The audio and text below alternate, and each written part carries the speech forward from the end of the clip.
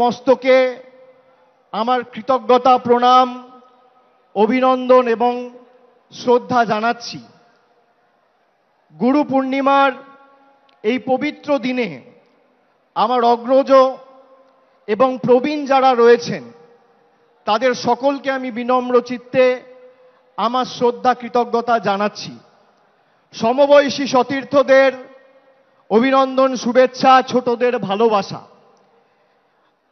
24-এর এই নির্বাচনের ঐতিহাসিক জয়, যা আমরা ব্রিগেডের মাটি থেকে 10ই মার্চ আপনাদের সকলের আশীর্বাদকে পাথেয় এবং পথ চলার প্রেরণা করে লড়াই শুরু করেছিলাম। আমরা মানুষকে বলেছিলাম যে আমরা জনগণের শক্তিতে বিশ্বাস করি, আমরা স্বৈরতান্ত্রিক শাসকের শক্তিতে বিশ্বাস করি না, আমরা বিশ্বাস করি জনগণের গর্জনে। জনগণের গর্জন কি? জুনের 4 তারিখ ভারতবর্ষকে বাংলার মানুষ দেখিয়েছে। এই যে বিপুল জয়, এই জয়ের প্রধান কারিগর যদি কেউ হয় তাহলে আজকে রোদ ঝড় জল উপেক্ষা করে যারা 21শে জুলাইকে সফল সার্থক করতে বিপুল সংখ্যায় উপস্থিত হয়েছে, তৃণমূলের প্রত্যেকটা সৈনিকের জয়। এই জয় আপনাদের চরণে এবং আমাদের নেত্রীর চরণে আমরা সকলে সমবেত হয়ে এই সভা মঞ্চে যারা রয়েছি তারা সমর্পণ করছি। আপনাদের সকলের পায়ে হাত দিয়ে আমি প্রণাম করছি। গত বছর 21শে জুলাইয়ে বলেছিলাম যে মানুষের শক্তি কি আমরা দেখাবো।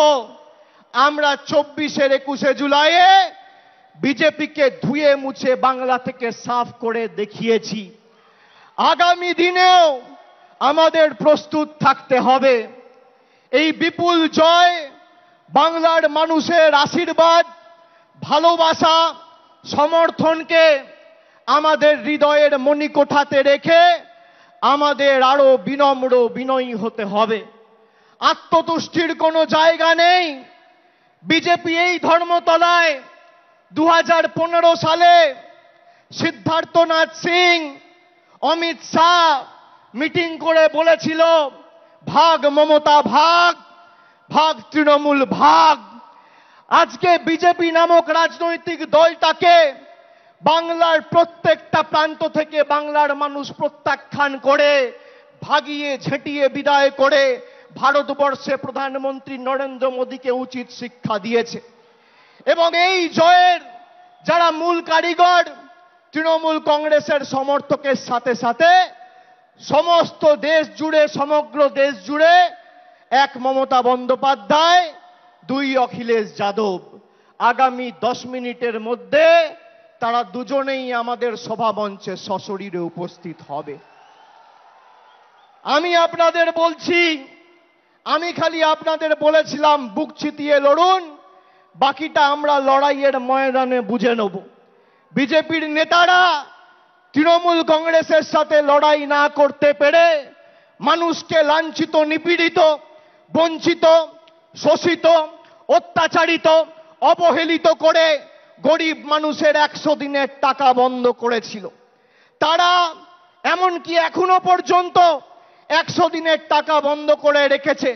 গরিব মানুষের আবাস, মাথার উপর ছাদের টাকা বাংলার মানুষের বন্ধ করেছে, রাস্তার টাকা বন্ধ করেছে, জলের টাকা বন্ধ করেছে, মিড ডে মিলের টাকা বন্ধ করেছে। আর মানুষ উচিত শিক্ষা দিয়ে তাদের রাজনৈতিক ভবিষ্যৎ বন্ধ করেছে। মানুষকে যারা উচিত শিক্ষা দিতে চেয়েছিল, বাংলার জনগণ তাদের উচিত শিক্ষা দিয়েছে।